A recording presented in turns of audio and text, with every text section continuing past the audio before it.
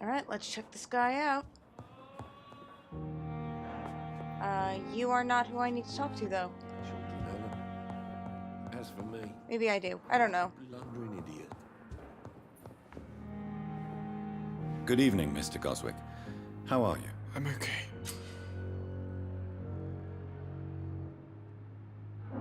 Okay. Do you need any help? I'm afraid I may, sir. I don't mean to be a burden. Oh, give him the medicine. You are not a burden, sir. Healing you is my responsibility. And you have my gratitude for that. So can I talk to him now? How painful is your throat, Mr. Goswick? So painful I'd rather not talk at all, Doctor.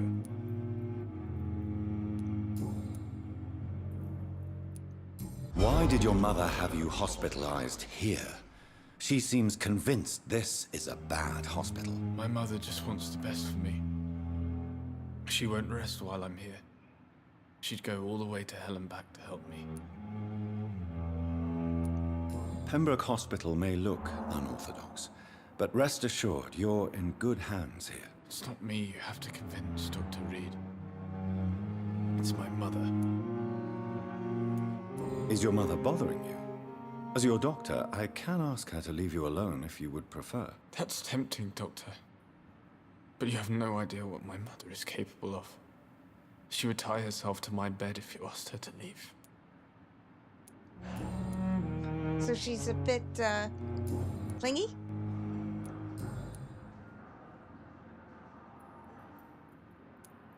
Can I ask you? Tell me about yet? yourself, Mr. Goswick. I don't want to talk, Doctor.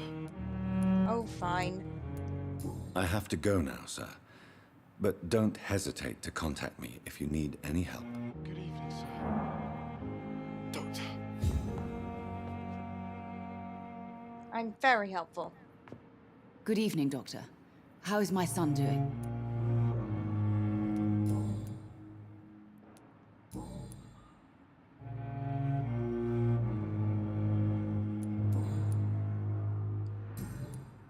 Goodbye, Mrs. Goswick.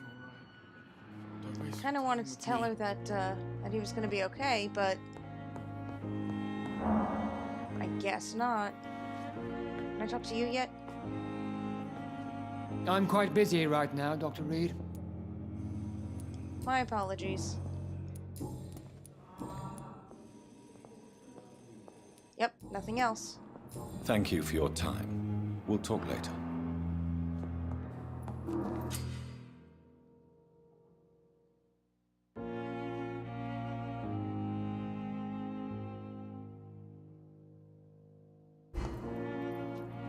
Yeah, you are really tempting me to drink. That's not how I do it.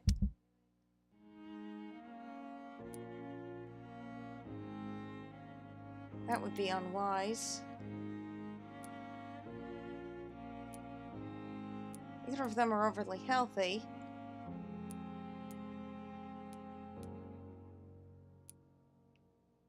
Trying people that I have all their information.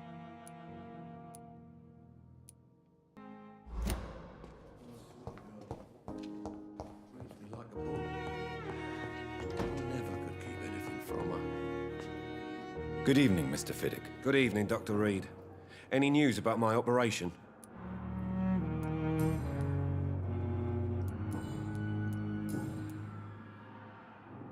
No, nothing. Goodbye for now, Mr. Fiddick. I'll see you later. My sweet girl. Reads me like a book. Never. Alright, let's go see. I'm assuming Dr. Swansea.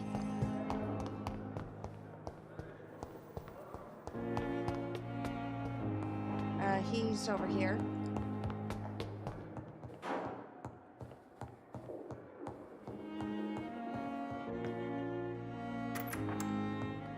Please, Jonathan, come in. Fascinating, is it not? In the last decade, so many mysteries have been brought to light with our microscopes. The human body, biology's penultimate frontier. The more we explore its boundaries, the less we're able to trace a clear line between life and death. You, my friend, have a foot in both countries. The view must be vertiginous. It's at least as vertiginous as chatting about vampires with you, I would say. This must be all so new to you. This area of town, the hospital, a brand new life. How stimulating it must be. I wish I could share your enthusiasm, Dr. Swansea, but my condition defies scientific categorization. Undead? Unalive? Immortality defies logic. I cannot express my thrill at this serendipitous turn of events. The world's most eminent specialist in blood transfusions, a vampire. One might say a gift from heaven. Gift from heaven? I'll be nice. It may seem strange, but your words have brought me some comfort here. Forgive me. I've been an admirer of your work for a long time, and now you are so much more than a brilliant physician. And please, call me Edgar. I'll say, why is he apologizing? There is no need to apologize, Edgar.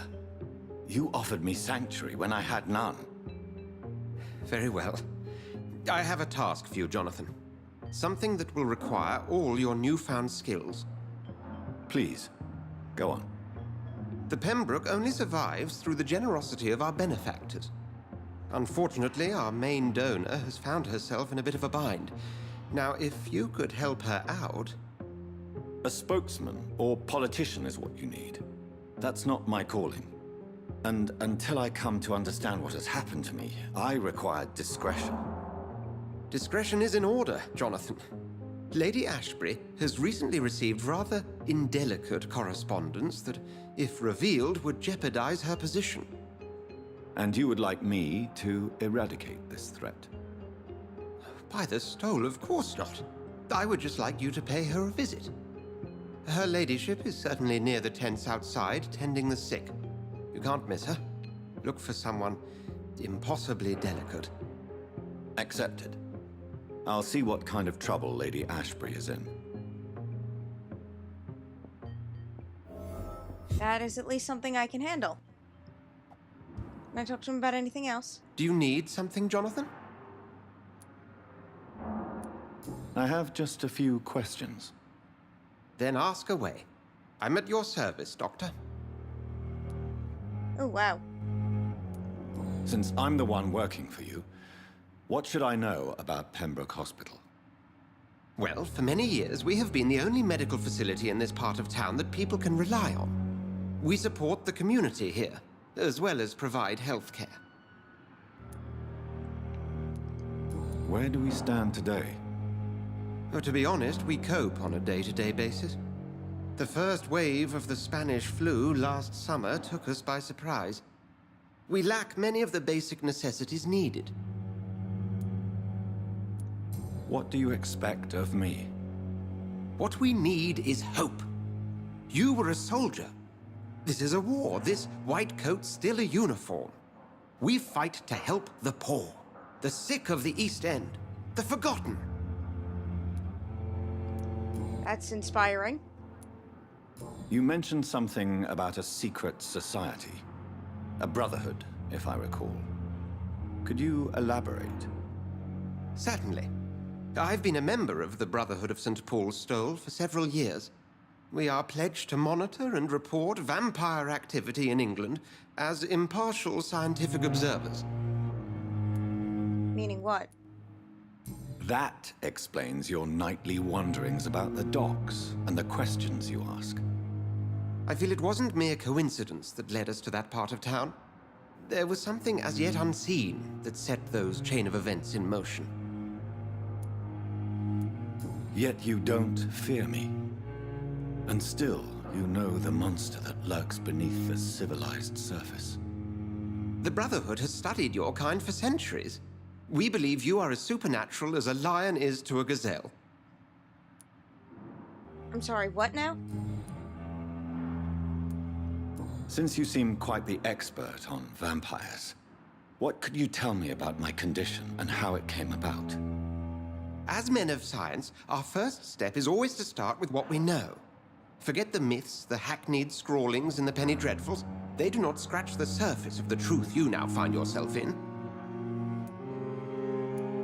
The sun. The morning following my transformation. Its rays burned me. There was pain, smoke, and my skin blackened.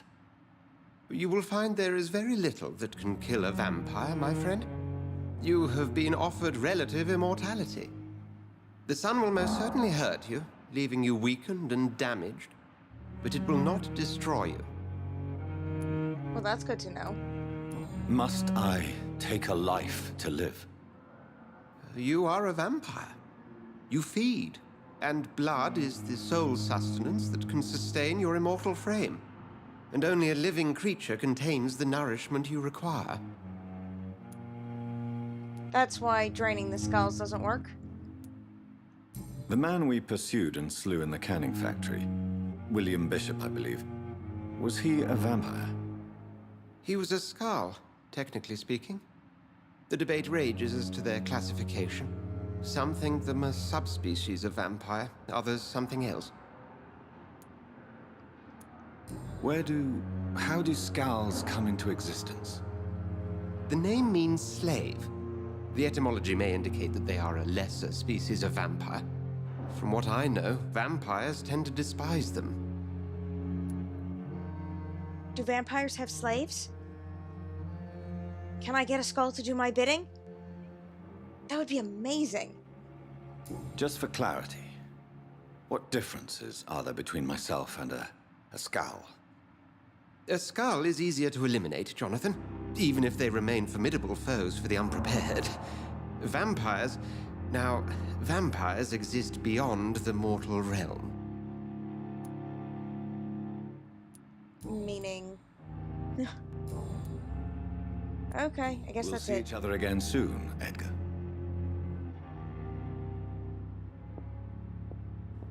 You didn't really explain anything, but that's okay.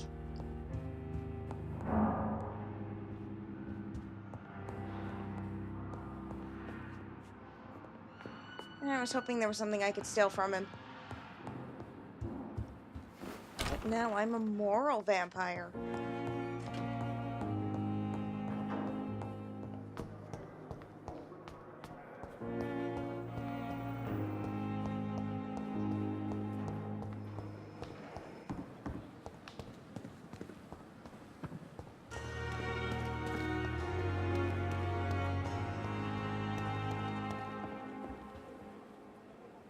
The flu took my dear wife, Emily. I take comfort knowing we'll soon be together again. Mr. Rainfield, that's no way to talk. You're in good hands here, and we'll be up again soon enough.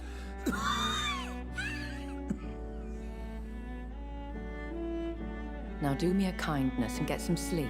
I'll be back round later. Your words are kind, the blessings of an angel. You're the sweet, sweet Lady of Mercy.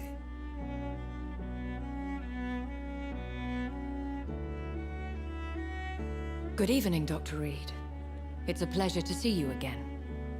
You seem surprised. Dr. Swansea has brought me up to speed concerning your recent appointment to Pembroke Hospital.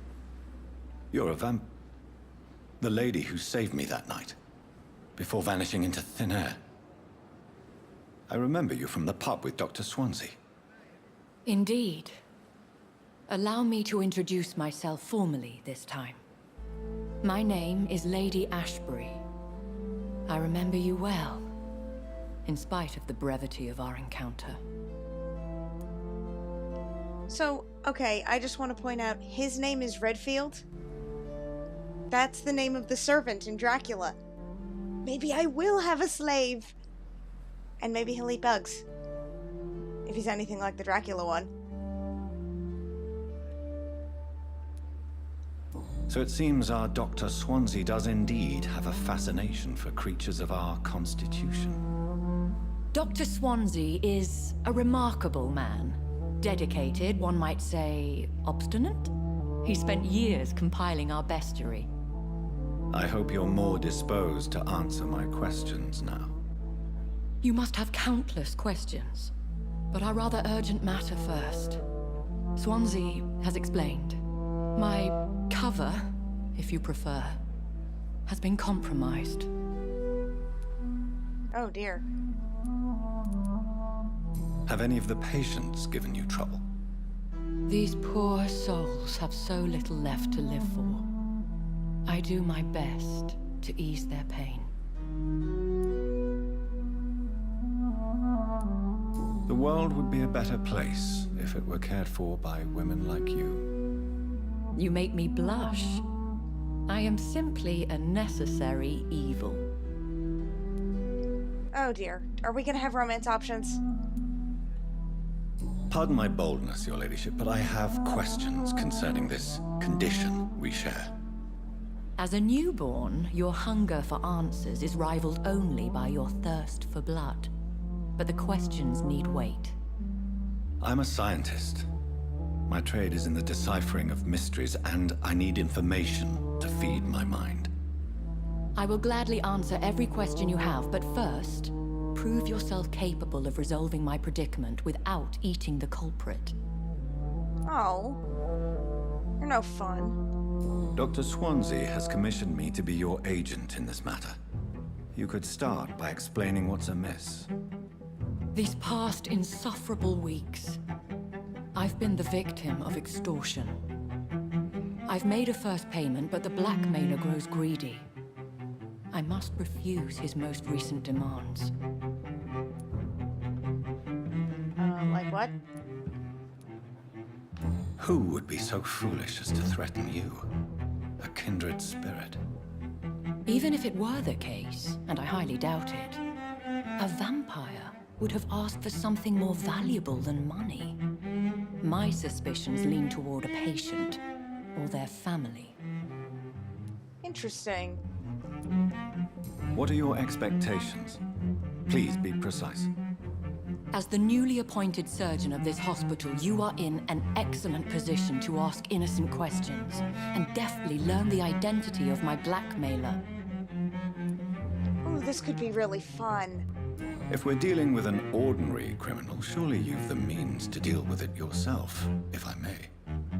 As immortal tradition doth dictate, all fangs and hypnotic eyes ablaze, the blood would run like a river. That's what I hope to avoid. Violence has a tendency to spiral out of control. Oh, the warnings abound. Please continue. Every detail is essential. I'm your man.